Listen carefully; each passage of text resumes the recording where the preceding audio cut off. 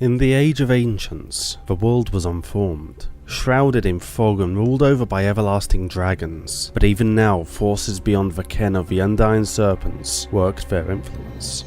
Soon the Lord Souls would be uncovered, and Gwyn, the Lord of Sunlight, who challenged the dragons, ushered in the Age of Fire. But as with all living things, the fire would eventually begin dying, and Gwyn would sacrifice himself to allow it to burn but a little longer.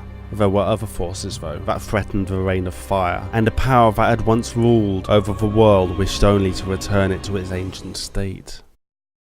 Gods had begun. Humanity had all players deep and challenging, different is less likely to get me horribly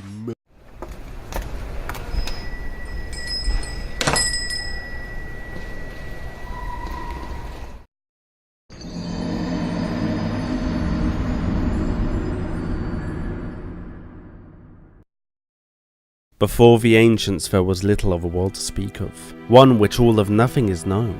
Then came a creeping mist, a scourge of grey, and a will that dominated the land. Up from the bare rock grew the arch trees that reached high into the sky and dominated the newly born world. Soon the everlasting dragons would come and dwell among the trees, inheriting the land from the one of eternity itself. For eons unknowable creatures watched the unformed world, but its unchanging nature was of little interest to their vast intellects. The all-encompassing rule of the everlasting dragons had made them complacent and tedious to the watchers, but there was something else of interest among the mists of the primordial land. Dwelling among the towering arch trees there were the original giants, simple and primitive under the subjugation of the dragons, but given a spark they could become so much more. And then it came. Disparity. The uncoupling of heat and cold, life and death, light and dark. The first flame. Within the flame, the giants found three powerful souls. One for he who would give himself to death, one for her who would know intimately the flame, and one for the Lord of Lords. He who would lead a war against the undying dragons. But there was another. Deep beneath the crags of the grey world, the stunted kin of the giants would find their own soul amongst the embers of the usurped fire. The pygmy would share the soul among their own kind, the hollow, soulless beings. But unlike the other Lord Souls that dwindled with continued use, this one only grew stronger every time it was shared. Out of the darkness the holders of the soul grew, becoming what would become known as humanity, but eventually they would be called back to the abyssal place of their birth. For no holder of the dark soul could ever resist their destiny. After his defeat of the everlasting dragons, Lord Gwyn built his kingdom atop the ashes of the unformed lands, and from atop Anor Londo, his seat of power, he watched his subjects flourish. Soon though, his age of fire would begin to wane. Far beneath Gwyn's shining throne, the witches of Great Izalith attempted to weave a new flame for the Lord of Sunlight from their own soul, but manipulation of the flame was beyond even the great lords themselves, and the city was overtaken by it, warping the sisters of Izalith into daughters of chaos, and spawning terrible demons to ravage the once great place. Dispatching his silver knights to stem the demons' rampage, even Gwyn's best soldiers were overrun by the flame of chaos, pushed back, their armour charred black forevermore. Seeing the fading flame as an opportunity, shadowy beings allowed the darkness to begin creeping from the abyss, to reconnect with any bearer of the dark soul and wash away all else.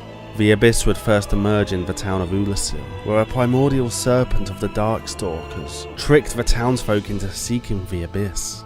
With the connection made and the abyss consuming Ulasil, there was only one way to stop it. To destroy its source, the father of the abyss, the primordial human, Manus.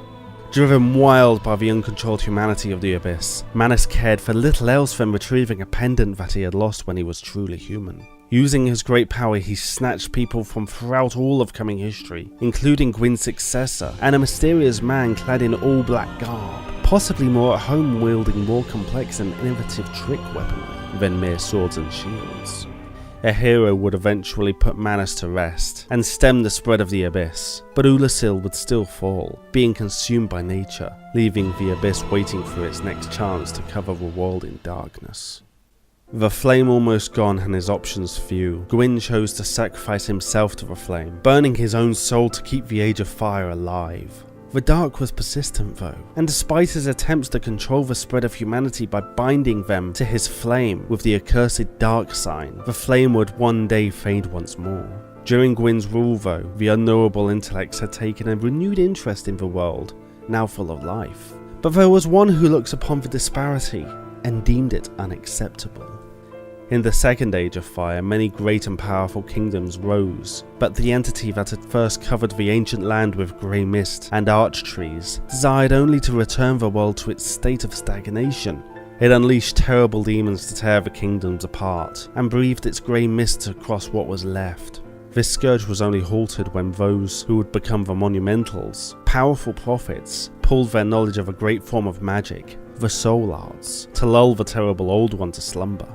By this time though, over half of all humanity had been exterminated, and the land now lay in ruins. To repair the damage, a concerted effort was made to repopulate 4 lands, each connected by archstones, points of instantaneous travel, so that aid was never far away if calamity were ever to befall them again. Unfortunately it would, and all because of the desires of one. Deep below the Nexus, a place where lost souls attempted to find themselves once more, in a realm much like that of the everlasting dragons, dwelled the Old One, promising riches and power to any who pledged themselves to it. Fearing for the prosperity of his own kingdom, King Allant of Boletaria chose to join with the Eternal Beast. But rather than riches, all that befell his kingdom was despair and destruction, for his actions had awoken the Old One to begin its scourge anew. Many heroes were beckoned to end the threat, but most were felled or overcome by the temptation the beast offered. The second scourge was only stopped when the Slayer of Demons fought through the waves of terrible monsters to the grey lands below, ending the tyranny of the Twisted King and returning the Old One back to slumber.